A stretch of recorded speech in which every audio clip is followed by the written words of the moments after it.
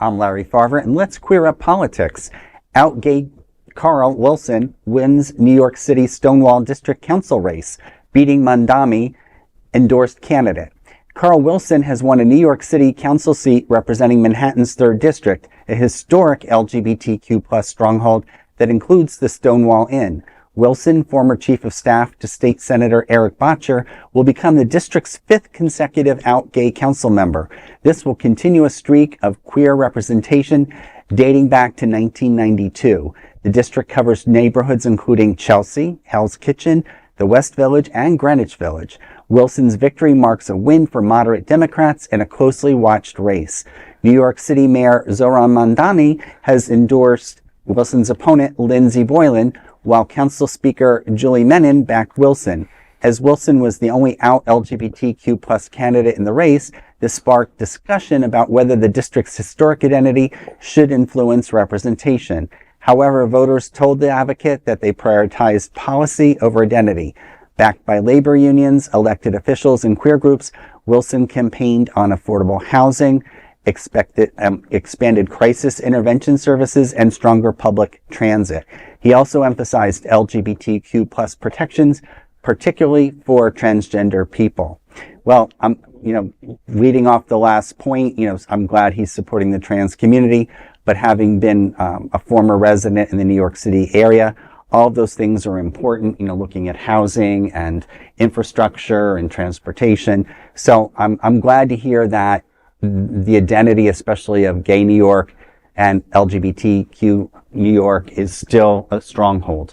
I do have a question, though. Is Greenwich Village even gay anymore? I mean, it wasn't very gay when the last time I visited, like maybe 8 years ago. I was in that part of New York City, like a year or two ago. It was still pretty gay. It's all like just walking around with lots of queers. Gentrification moves us every 10 blocks every decade or so. Most cities are, again, we have fought for years now for, assimilation, I'll call it. So it's what I respect is that there is an LGBT voice as part of the council.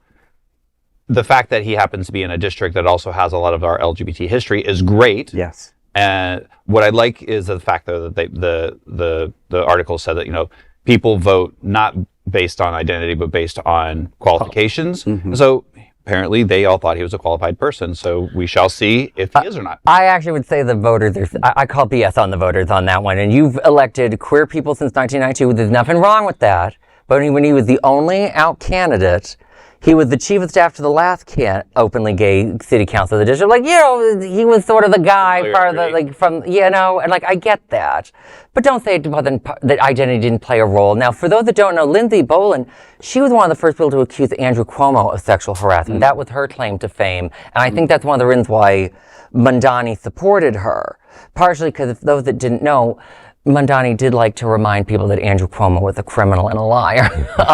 But for me, I was very disappointed in this district and these voters because, no offense to this particular candidate, Julie Menin is a terrible city council president. She has been working very hard to dismantle the will of the voters.